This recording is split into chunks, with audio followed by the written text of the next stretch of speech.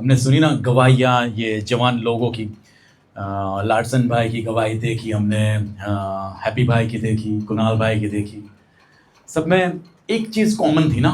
क्या कॉमन था? कुछ चीज़ कॉमन थी। प्रभु ने दया की, प्रभु ने प्यार किया, प्रभु ने कृपा की।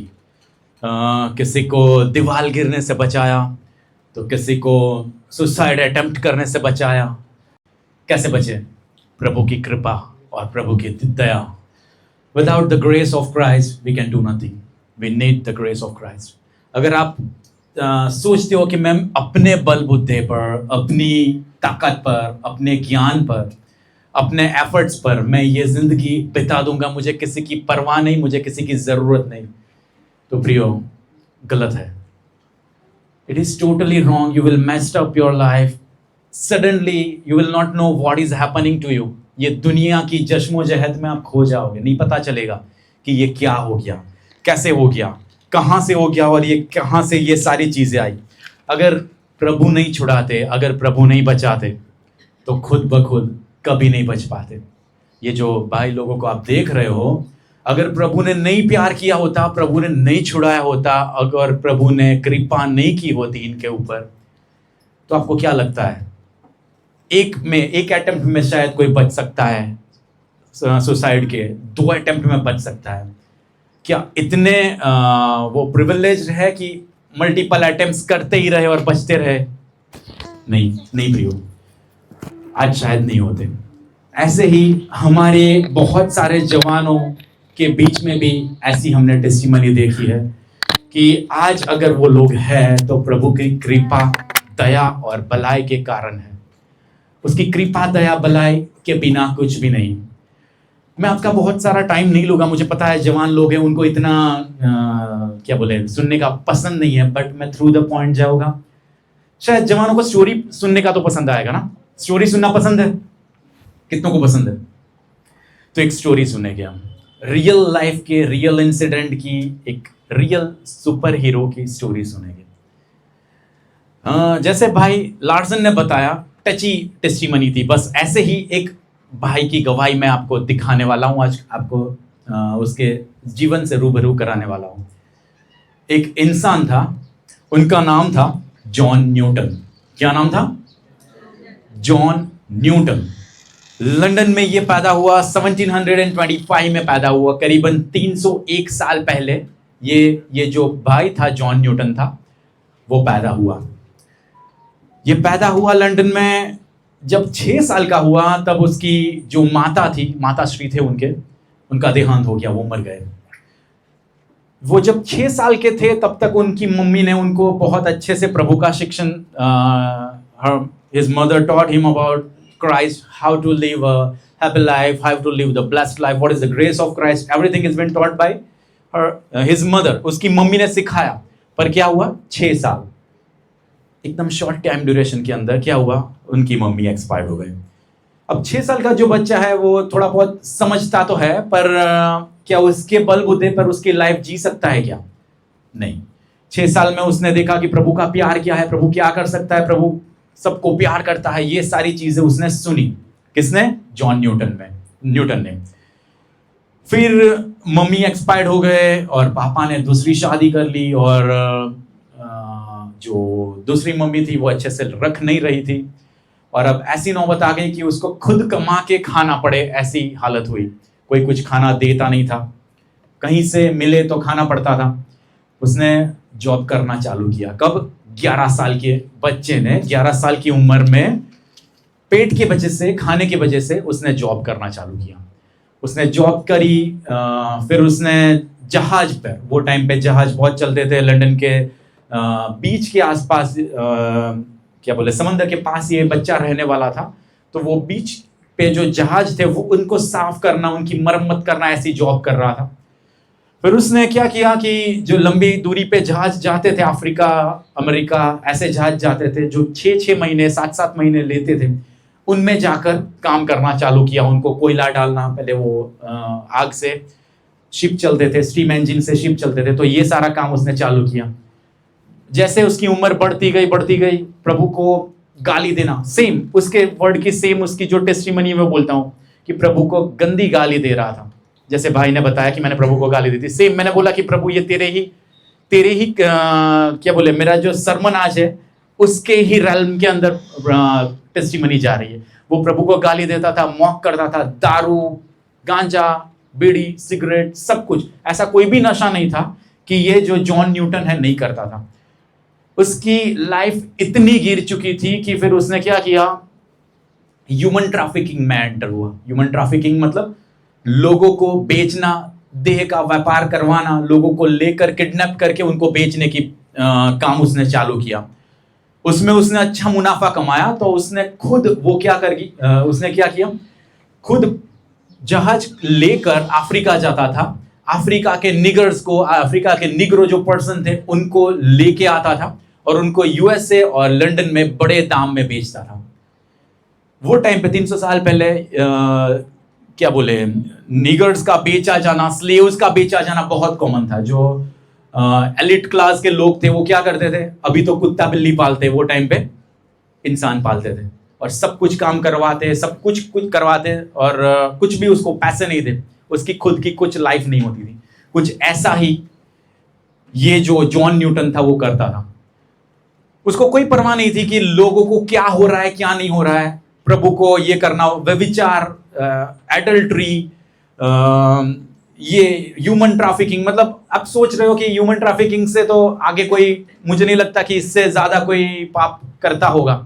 तो ऐसी सारी चीजें के अंदर ये जूझा हुआ था ये बंदा जॉन न्यूटन। एक टाइम आता है कि ये कैदियों को लेके आता था और ये सारी चीजें करता रहता था। उसको प्रभु से कोई परवाह नहीं थी, प्रभु है नहीं है उससे कोई परवाह नहीं है। एक टाइम आता है कि जहाज में बहुत बुरा तूफान आता है, 6-7 घंटे तक वो जहाज के अंदर तूफान आता है और वो उसके जहन में एक ख्याल आता है और प्रभु को बोलता है कि if you are true God save me, अगर प्रभु तू सच में खुदा है तो मुझे बचा ले। प्रभु को तो वो मैंने बोला ना कि गाली देता है, कुछ भी करता है, उसकी लाइफ में मस्त है, पर इतना उसने बोला कि अगर जिंदा खुदा है तो मुझे इसमें से बचा ले। और 6-7 घंटे तक तूफान चला और जब तूफान शांत हो जाता है तब वो ट्रॉमेटिक इवेंट में से बाहर नहीं निकलता। वो रात को सोता है तो अभी वो पानी की आवाज और ये सब उसको आवाज सुनाई देती रहती है और वो जो स्लेव्स थे उनको मारता था, उनकी चिल्लाहट, उनका रोने की आवाज, उनके मरने की चीजें उनको आगे दिखाई देना चालू होती है। और वो देखता है और बोलता है कि भाई मेरी लाइफ इतनी गिर चुकी है कि मैं इसमें से कैसे बाहर आऊं, प्रभु मुझे बचा ले। प्रभु का प्यार उसे महसूस होता है, प्रभु को रिसीव करता है, वो प्रभु की कृपा उसके ऊपर होती है और वो अपना जीवन प्रभु को देता है। और अगर आप इंग्लिश सॉन्ग सुनते हो, यूथ हो, तो मुझे लगता है कि सुने ही होगे, amazing grace how sweet that sound. ये अगर गाना सुना हो, अगर आप सर्च करना amazing grace how sweet that sound, वो जो गाना है वो उसने लिखा। वो गाना इतना फेमस है यहाँ पे तो ठीक है, पर बाहर के देशों में केवल 7000 टाइम्स उसको रिकॉर्ड किया गया, अलग अलग वर्जन्स में, अलग अलग लोगों ने। सोच रहे हो कोई एक गाना 7000 टाइम, मतलब कितना वो फेमस गाना उसने लिखा, उसके बंद कमरे में उसने वो गाना लिखा। आज सब वो गाना सुनते, वो गाने के शब्द ऐसा है कि अमेजिंग, मतलब प्रभु का इतना गहरा प्यार है कि मेरे जैसे तुच्छ व्यक्ति को भी उसने प्यार किया और मेरी जिंदगी बदल दी। अगर प्रभु ऐसे जॉन न्यूटन से प्यार कर सकता है, इतनी घिनौनी लाइफ से प्यार कर सकता है, उसको छुड़ा सकता है, तो क्या आप ये प्रियो हम उससे भी गए गुजरे हैं क्या? नहीं।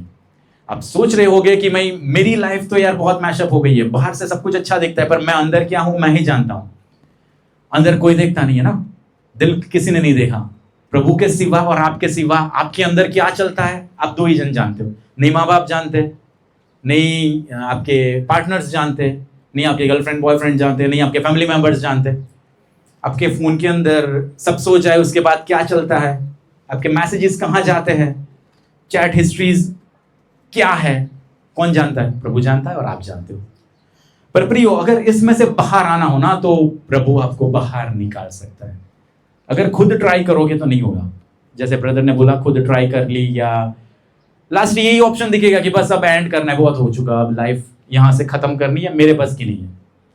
पर प्रभु आज आपको कहता है कि उसकी ग्रेस अमेजिंग ग्रेस है, और वो जो ग्रेस है ना वो कोई इंसान नहीं दे सकता। बाइबल में से भी हम देखेंगे कि प्रभु ने एक एग्जाम्पल दिया, लूका रचित सुसमाचार 15वां अध्याय 11 से लेके 24 आयत। Chapter of look, book of look chapter 15 11 to 24 में कुछ प्रभु ने एक एग्जाम्पल दिया, वो मैं आज आपको बताना चाहता हूं।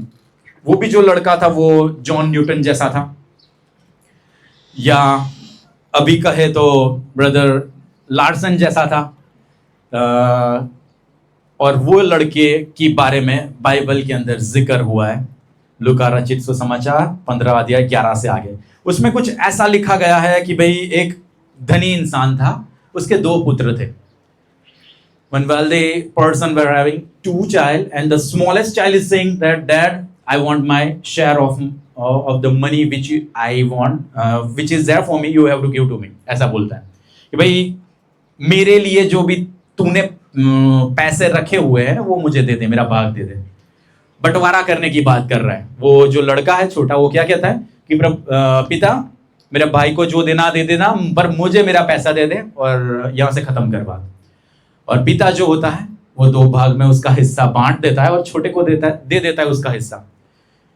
और कुछ दिन के बाद वो जो छोटा लड़का होता है ना, वो क्या करता है, सब कुछ उसका लेकर दूसरे देश में चला जाता है। 13वीं आयत अगर हम पढ़े तो उसके अंदर लिखा है, बहुत दिन न बीते थे कि छोटा पुत्र सब कुछ इकट्ठा करके दूर देश को चला गया और वहां कुकर्म में अपनी संपत्ति उड़ा दी। बस 13वीं आयत क्या कहती है, उसका जो भी पापा ने दिया था ना वो सब कुछ लेता है और क्या करता है, एक दूर देश में चला जाता है। और दूर देश में जाने के बाद उसकी जो भी संपत्ति थी सारी संपत्ति उड़ा देता है। कैसे उड़ा देता है, समझ नहीं सकते हम कैसे उड़ा सकता है। एक जवान लड़का कैसे उड़ा सकता है, जैसे दारू गांजा ये सारी चीजें गिनौनी चीजों सारी चीजों में उसने उसकी जो संपत्ति थी उड़ा दी। आगे क्या होता है 14वीं आयत में, जब वह सब कुछ खर्च कर चुका तो उस देश में बड़ा अकाल पड़ा और वह कंगाल हो गया। ओके, आगे ऐसा कुछ हुआ है कि भाई अकाल पड़ता है, उसका जो भी था ना वो सब कुछ खर्च हो चुका है और अब उसके पास पैसे भी नहीं है। वो कहावत है ना कि 2 बीघा कुट्टा, न घर का न घाट का, बस कुछ ऐसा ही इसके साथ हो चुका है कि घर भी नहीं जा सकूं या मेरे पास कुछ है भी नहीं। अब करे तो करे क्या, खाए तो खाए कैसे, जिए तो जिए कैसे, बस ऐसा हो चुका है। अकाल भी पड़ जाता है तो वो बंदा क्या करता है, वो जहां जो देश में रहता है वो देश के निवासियों के वहां पे कोई एक जन के पास जाके काम ढूंढता है। और काम क्या मिलता है पता है उसे, सुअर चराने का। सुअर जो होते हैं, स्वाइन्स जो होते हैं, उसको चराने का मतलब उसको खाना खिलाने का, उसको साफ करने का, उससे नौकरी मिलती है। और वो नौकरी जो होती है वो करता है और फिर इतना भूखा होता है, इतना त्यागा हुआ होता है कि उसे एडमायर करता है कि भाई ये जो सुअर खा रहे हैं ना खाना, काश मैं भी ये खा सकता, इतना भूख लगी है मुझे कि मुझे भी इसमें से कुछ लेके मैं खाऊं।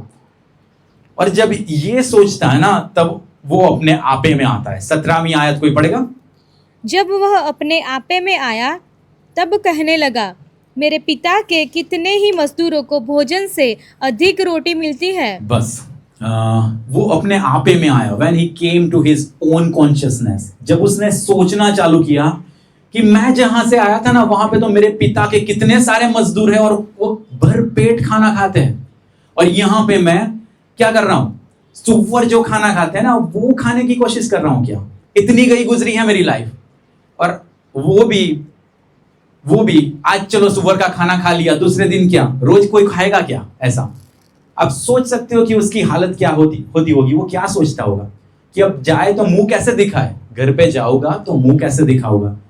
पहले तो ये क्वेश्चन मार्क है कि भाई सब पहले पापा यही बोलेगी भाई तेरे जो पैसे थे मैंने तुझे दे दिए। उसका भाई भी ये बोलेगा कि भाई अब तो मेरे पास मेरे ही पैसे, अब तू यहाँ पे क्यों आया, जब तेरा सब कुछ तूने पहले ही खत्म कर दिया था तो तू यहाँ पे आया क्यों। अब जाते रहे, तूने जो चुना था, तूने जो डिसीजन लिया था उस पे तू बना रहे। ये सारी चीजें सोचता होगा वो लड़का सोचता होगा कि भाई मैंने बदफेली में सारी चीजें उड़ा दी, व्यभिचार में, बदफेली में, घिनौनी चीजों में मेरा जो भी था, मेरे पापा का जो भी था, वो मैंने उड़ा दिया है, और अब मैं कैसे मुंह दिखाऊं। पर बाइबल कहती है 17वीं आयत में कि वो अपने आपे में आया। When he came to his consciousness, अब तक क्या था, उसके दिमाग पे कुछ और ही चल रहा था कि मैं बड़े देश में जाऊंगा, वहां बिजनेस करूंगा, ये करूंगा, वो करूंगा, बड़ा धनी इंसान बन जाऊंगा, कमाऊंगा। पर जब वो अपने आपे में आता है तब वो कुछ डिसीजन लेता है। 18वीं आयत पढ़ोगे? मैं अब उठकर अपने पिता के पास जाऊंगा और उससे कहूंगा कि पिताजी, मैंने स्वर्ग के विरोध में और तेरी दृष्टि में पाप किया है। उसने क्या सोचा कि मैं जाऊंगा मेरे पिता के पास और उसे कहूंगा कि पिताजी मैंने पाप किया है, अगर हो सके ना तो मुझे माफ कर दे, और तेरे मजदूरों के समान मुझे गिनना। आगे लिखा है कि मुझे तेरा बेटे का दर्जा नहीं चाहिए, क्योंकि अब मैं लायक नहीं रहा, मुझे बेटा बना ऐसा मैं लायक नहीं रहा, क्योंकि मैं जानता हूं मैंने मेरी लाइफ के साथ क्या किया है। तो अब मुझे क्या समझना, एक मजदूर हूं ऐसा ही मुझे समझना। और ये सोचकर ये जो लड़का है, जवान लड़का है, वो पिता के पास जाता है।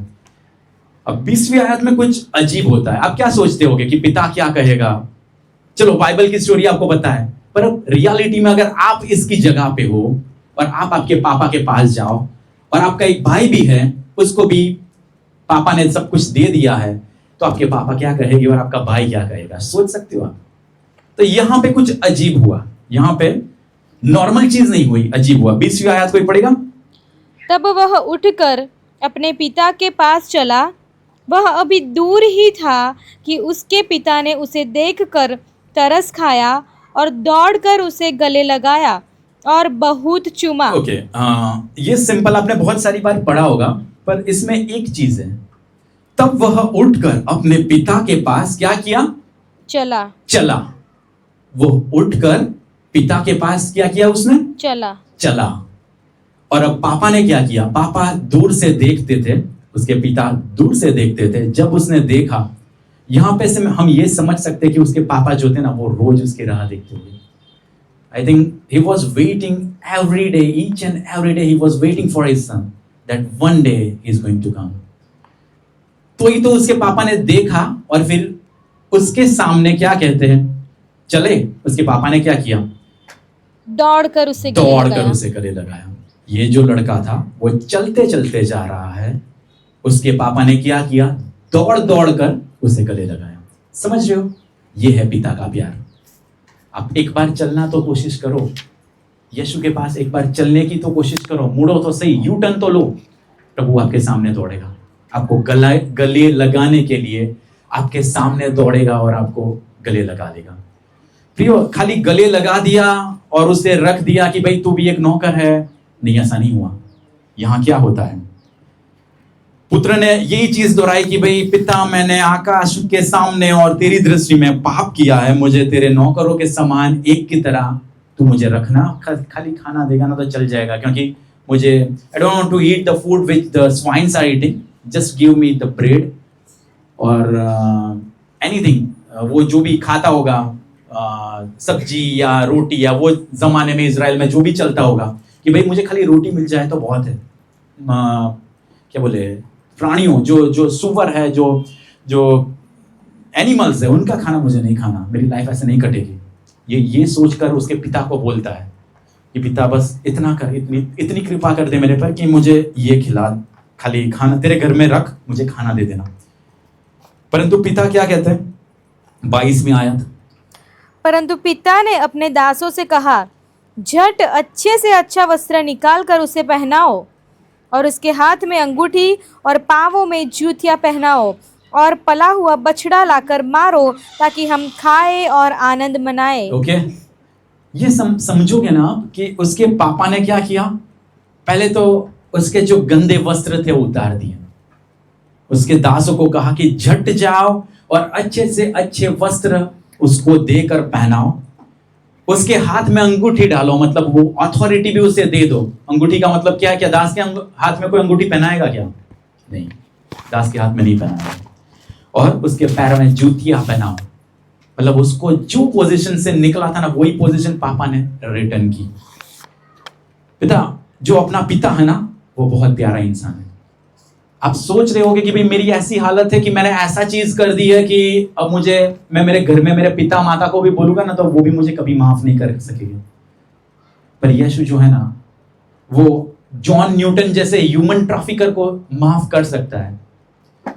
यीशु ऐसे जवान लोगों को माफ कर सकता है कि जिन्होंने उनकी लाइफ पूरी मैस्ड अप कर दी है।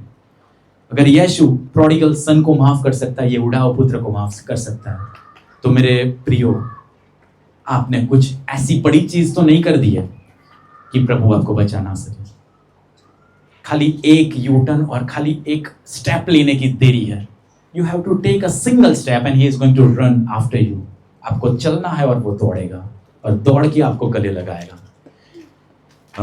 ये आपने जो अगेन ये जो जवान लोग हैं और ये टेस्टिमनी सुनी, तो ये ऐसे ही नहीं हुआ, इन्होंने कुछ किया, प्रभु हमें बचा। अगर प्रभु तू है तो कुछ कर। आपको कुछ तो कहना पड़ेगा।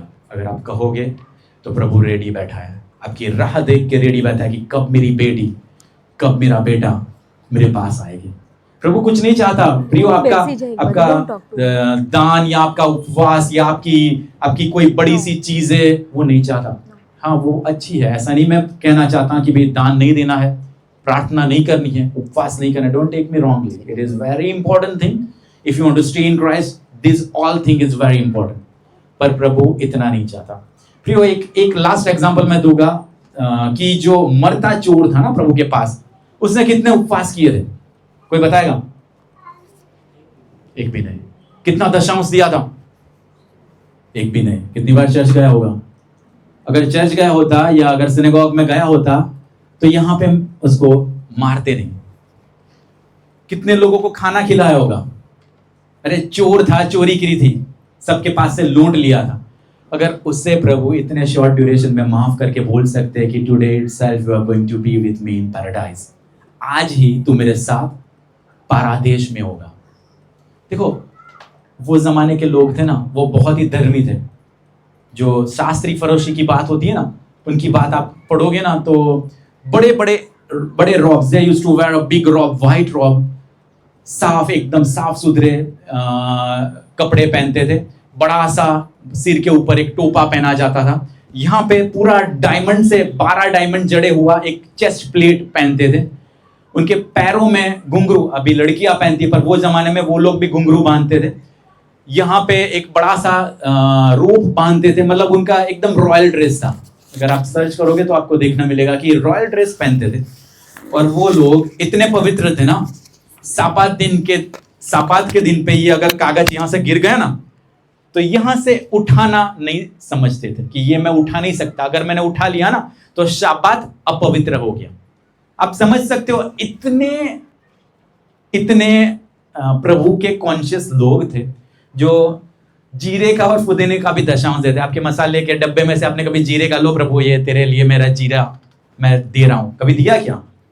ये लोग जीरे का, पुदीने का दशांश, बाइबल, मैं नहीं कहता है, Bible it is written in Bible कि they were very spiritual that they were giving the tithe of every small thing. जीरे का, पुदीने का भी दशांश देते थे। पर उनको ऐसा प्रभु ने नहीं कहा कि आज तू मेरे साथ पैराडाइज में होगा। उनको बोला हे सर्पों के वंशजों, आने वाले कोप से बचो, ऐसा उनको बोला। इन लोगों को प्रभु पाप से नफरत करता है पर पापी से प्यार करता है। आज भी प्रभु प्यार करता है, पापियों से प्यार करता है। खाली आपको प्रभु को बोलना है, प्रभु मुझ पर दया कर। इसमें से ये लाइफ में मैंने बहुत जी लिया, अब नहीं जीना प्रभु, अब तू चला, मेरी ड्राइवर सीट पे तू आ जा, मैंने मेरी गाड़ी बहुत चला ली, अब तू चला। अगर आप बोलोगे, आपकी लाइफ अपसाइड डाउन कर देगा, अपसाइड डाउन कर देगा। आपने सोचा भी नहीं होगा ना, ऐसी आपकी लाइफ हो जाएगी। ब्रदर हैप्पी ने कहा कि 5-10 रुपए भी नहीं थे, ऐसा वो बहुत ही क्लियरली उन्होंने कुछ भी शुगर कोटेड चीजें नहीं कही, जो था उन्होंने कहा। और मुझे ये पसंद आया कि भाई ऐसा नहीं कहा कि मैं तो ये था, मैं तो वो था, मैंने नहीं, जो था कि मैं ऐसा था। और प्रभु ने आज मुझे एक बड़े अमाउंट का ड्रम दिया। मेरे पास इतने भी नहीं थे और प्रभु ने ये किया। कब किया? जब प्रभु के पास गए। आज प्रभु कहता है कि बेटे, क्या तू आना चाहता है? मैं तो तेरी लाइफ अपसाइड डाउन कर देने के लिए रेडी हूं। और अगर आज भी लगता है आपको कि मैं कर लूंगा, तो इतने साल आपने करके देख लिया, आगे भी करके देख लो, नहीं हो सकेगा, नहीं हो सकेगा। Life is too short, 70, 80, 90 years of life. You can not do a single thing without his help. उसकी हेल्प के बिना, उसकी कृपा के बिना, उसके अनुग्रह के बिना आप कुछ भी नहीं कर सकते। ओके, मैं बहुत ज्यादा टाइम नहीं लूंगा, बट अगर आपको आज की मीटिंग पसंद आई हो, अगर सुनना पसंद आया हो, तो every Tuesday we are meeting on the same place. यही जगह पे हर मंगलवार को शाम को 6:30 बजे मिलते हैं। 6:30 बजे से 8 बजे तक यही जगह पे हमारी मीटिंग रहती है। अगर आप आना चाहते हो, यू आर मोस्ट वेलकम। और हमसे जुड़ोगे तो हमें बहुत अच्छा लगेगा। हम नई बातें सीखेंगे, आप हमसे सीखोगे, हम आपसे सीखेंगे, और प्रभु में आगे बढ़ेंगे। Okay, thank you.